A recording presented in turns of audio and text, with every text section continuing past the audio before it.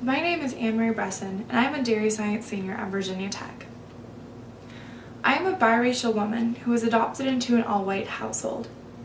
My younger years were spent at a predominantly white Catholic school where Maya and Ariana, my best friends who were multicultural in their own ways, and I clung to each other because we were our only sources of comfort. My middle school and high school years allowed me to experience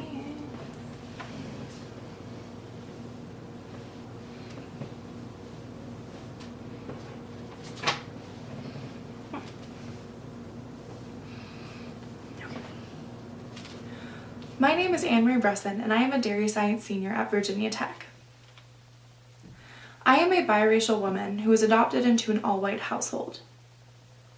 My younger years had me at a predominantly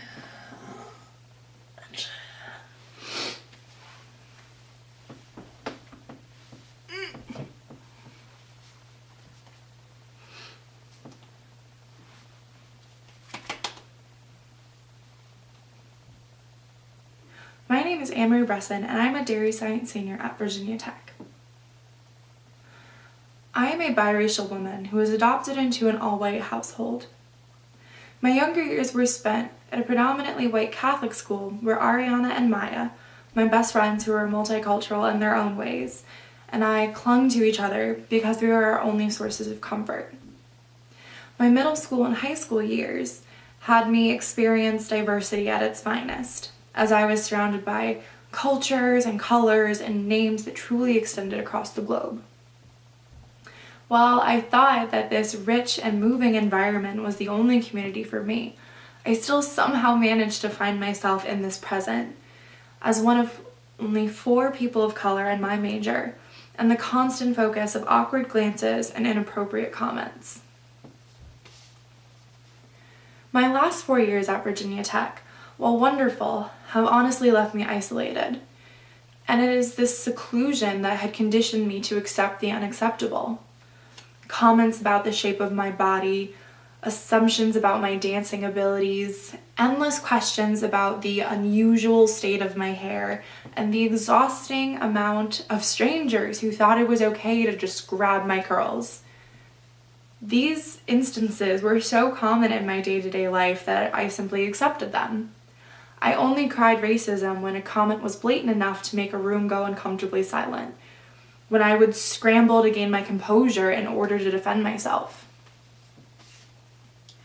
It wasn't until October 10th of 2017, when my college hosted a panel discussion, that I realized something was amiss.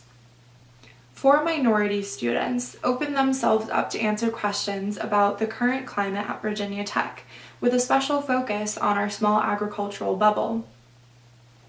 A Hispanic woman, a gay man, a black woman, and a black man all fearlessly gave their honest answers to the questions asked by staff and students alike. When one faculty member asked, "How as staff can we better help you?" one of the panelists simply said that they need to call out racism when they see it. It was definitely a blunt answer, and it certainly made a few people uncomfortable, including myself, but he pressed on, explaining the microaggressions that he faced daily and how he wished he didn't have to battle them alone. He went on to further discuss what should be done to improve our environment, but I honestly wasn't listening at that point. The same word was going over and over in my mind: microaggressions. With this word, my vision got a little clearer and the world started to make a little bit more sense, because all of the exhausting and belittling experiences that I had a name, and they were called microaggressions. And to my ignorant surprise, I was not the only one experiencing these appalling acts in my college. At the end of that discussion, I went straight to the then president of our MANRRS chapter and told her that she would see me at the next meeting. While I have only been a member of MANRRS for about 6 months, my president is no longer diminishing my being, but strengthening her. I am so grateful to find that my old days of anguish have been replaced with days surrounded by support, because I have found those who fully understand what it is to be a minority, not only in agriculture, but just in the world in general. Maya Angelou once said, "You may not control all of the events that happen to you, but you can decide not to be reduced by them." And it is this one quote that encompasses the decision that all minority leaders have had to make at some point in their life. Martin Luther King Jr. decided that the aggressions against him were not enough to silence his message. Harriet Tubman, a woman born into slavery, decided to risk her life, her freedom, to liberate over 700 slaves.